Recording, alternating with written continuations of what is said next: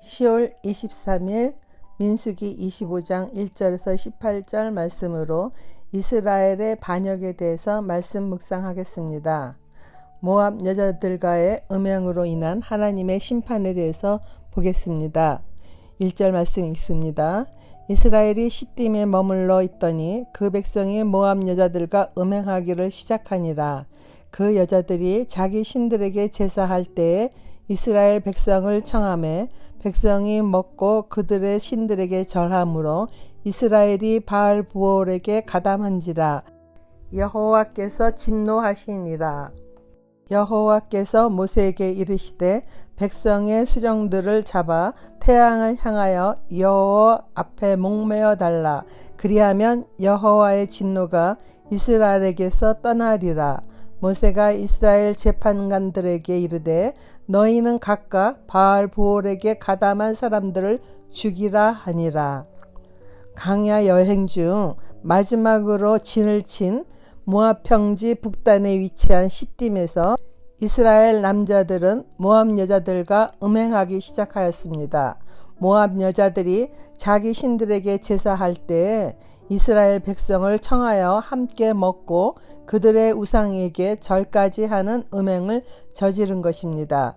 모압 왕 발락이 술사 발람에게 무려 4차례나 이스라엘을 저주할 것을 요청하였으나 하나님의 강권적인 역사로 인해 번번이 실패하고 말았죠.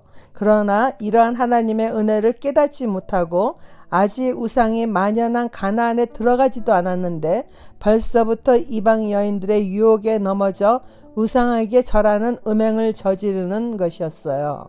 이스라엘은 부올 지역의 바알 제의에 참석하고 모압 여인들과 음행을 저지르니 여호와께서 이스라엘에게 진노하십니다. 또한 이스라엘에게 진노하신 하나님은 재판관들에게 바알 부올에 가담한 사람들을 죽이라고 명령하세요. 그들은 정욕에 눈이 멀어 하나님을 배신한 비참한 결과를 맞게 되는데 그들 중 백성의 수령들은 잡아서 태양을 향하여 여호와 앞에 목매어 달라고 하십니다. 백성의 본이 되어야 할 도령들이 바알이 상징하는 태양을 향하여 처참한 모습으로 달린 것을 백성들에게 공개적으로 드러내시고자 하는 것입니다. 이것은 장차 들어갈 가나안 땅에서 우상 숭배를 하지 말라는 경각심을 주기 위함이기도 합니다.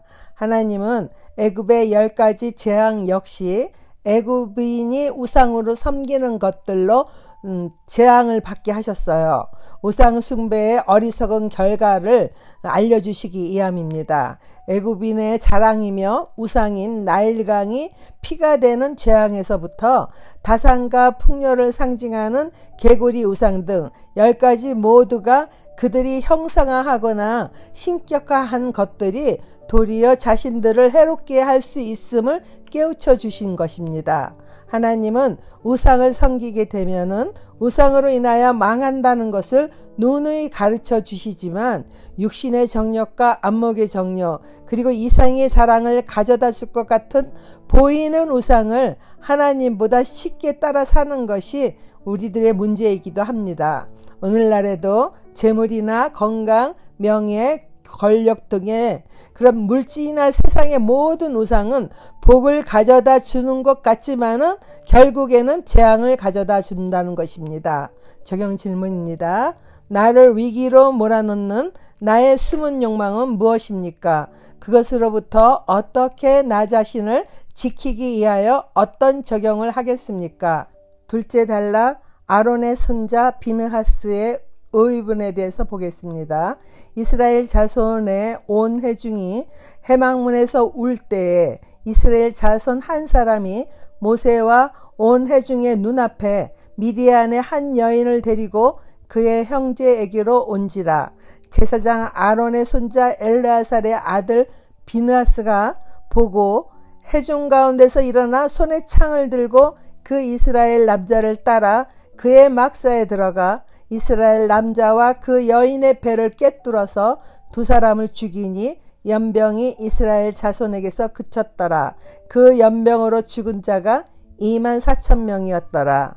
발락이 발람에게 이스라엘을 4차례씩이나 저주할 것을 부탁하였으나 결국 하나님의 강권적인 역사로 인해 모두 실패하게 되었습니다. 그러나 술사 발람은 끝내 죄된 자리에서 돌이키지 않았습니다. 그는 이스라엘이 하나님으로부터 철저하게 보호받는 민족이기에 밖에서는 그들을 멸할 수 없다는 것을 잘 알았습니다. 그래서 그가 생각한 깨는 이스라엘 백성들이 범죄함으로 하나님의 진노를 사게 하여 하나님과 이스라엘 관계를 끊는 것이 이스라엘을 망하게 하는 가장 좋은 방법이라는 것을 모압 백성에게 알린 것입니다. 그의 깨로 모압 왕 발락은 미인계로 이스라엘 남자들을 유혹하고 자신들의 신인 바알에게 제사 드리는 일에 가담하게 하고 무릎 꿇게 한 것입니다. 민수기 31장 16절 말씀입니다. 보라, 이들이 발람의 깨를 따라 이스라엘 자손을 브올의 사건에서 여호와 앞에 범죄하게 하여 여호와의 회중 가운데에 연병이 일어나게 하였느니라. 이 일로 죽음을 당하고 연병으로 죽어가고 있는 상황에 대하여 백성들이 슬퍼하며 회막문에서 회개하고 울고 있는 때에 이스라엘 자손 한 사람이 모세와 회중의 눈앞에 미디안의 한 여인을 데리고 온 것입니다. 정말 정신이 나간 거죠. 상황 파악을 못한 거예요. 이것을 본 아론의 손자 엘르아살의 아들 비느하스가 창을 들고 그 남자의 막사까지 쫓아갑니다. 그리고는 창으로 이스라엘 남자와 그 여인의 배를 꿰뚫어서 두 사람을 그 자리에서 다 죽입니다. 그러자 이스라엘을 향하던 하나님의 진노가 멈춰지게 되어 연병이 그쳤습니다. 그 연병으로 죽은 자가 2만 4천 명이었습니다. 적용 질문입니다. 나는 공동체에 어떤 영향력을 끼치는 사람인가요? 가정이나 교회 공동체 안에서 축복의 통로로 삶을 살고 있나요? 마지막 단락 보겠습니다. 영원한 제사장 직분의 언약과 미디안 정복 명령. 10절 말씀입니다. 여호와께서 모세에게 말씀하여 이르시되 제사장 아론의 손자 엘르아살의 아들 비느하스가 내 질투심으로 질투하여 이스라엘 자손 중에서 내 노를 돌이켜서 내 질투심으로 그들을 소멸하지 않게 하였도다. 그러므로 말하라. 내가 그에게 내 평화의 언약을 주리니 그와 그의 후손에게 영원한 제사장 직분의 언약이라. 그가 그의 하나님을 위하여 질투하여 이스라엘 자손을 속죄하였음이니라. 죽임을 당한 이스라엘 남자 곧 미디안 여인과 함께 죽임을 당한 자의 이름은 시므리니 살루의 아들이요 시므온의 조상의 가문 중 한 지도자이며 죽임을 당한 미디안 여인의 이름은 고스비이니 수르의 딸이라. 수르는 미디안 백성의 한 조상의 가문의 수령이었더라. 여호와께서 모세에게 말씀하여 이르시되 미디안들을 대적하여 그들을 치라. 이는 그들이 속임수로 너희를 대적하되 부올의 일과 미디안 지휘관의 딸 곧 부올의 일로 연병이 일어난 날에 죽임을 당한 그들의 자매 고스비의 사건으로 너희를 유혹하였음이니라. 비느하스는 하나님의 공의에 대한 마음을 대신해서 이스라엘 남자와 미디안 여자를 칼을 뽑아 죽임으로 하나님의 진노를 누그러뜨릴 수 있었고 연병을 그치게 하였습니다. 하나님은 이런 비느하스에게 그의 후손이 영원한 제사장 직분을 이어갈 것을 약속하십니다. 비느하스 한 사람의 하나님에 대한 사랑과 충성으로 말미암아 자손들이 영원한 영광을 얻게 되었습니다. 비느하스 또한 하나님의 인정을 받게 된 것이죠. 하나님은 비느하스와 그의 후손을 축복하시며 죽임당한 남자와 여자의 이름을 밝히십니다. 성경에 이름을 남기게 되는 것은 매우 영광스러운 일이지만은 이 두 사람은 범죄자의 수치를 영원토록 당하게 되는 것입니다. 특히 특히 죽임당한 남자는 시므리였는데, 시므리란 단어는 나의 보호자라는 뜻으로 그는 시므온 지파의 한 족장인 것입니다. 이 한 사람의 수치는 시므온 지파의 명예와 위상에 치명타를 준 것이에요. 하나님은 미디안 여인의 고스비라는 이름까지도 기록하였습니다. 고스비는 속이는 자란 뜻으로 그 이름처럼 그 여자는 이스라엘 남자 시므리를 미혹하여 함께 죽음에 이르게 되었습니다. 마지막으로 여호와께서 모세에게 미디안 사람을 대적하여 그들을 멸하라 하십니다.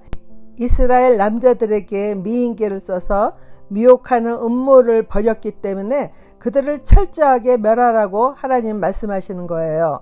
곧 가나안 입성을 이제 앞두고 있는데 하나님의 거룩한 백성으로 살아가야 될 이스라엘 백성이 불신앙에 빠지게 한 그 죄의 결과가 어떠한 것인지를 모두에게 이제 알려주시는 겁니다. 적용 질문입니다. 하나님과 나와의 관계에 단절을 가져다주는 달콤한 유혹이나 속임수는 무엇입니까?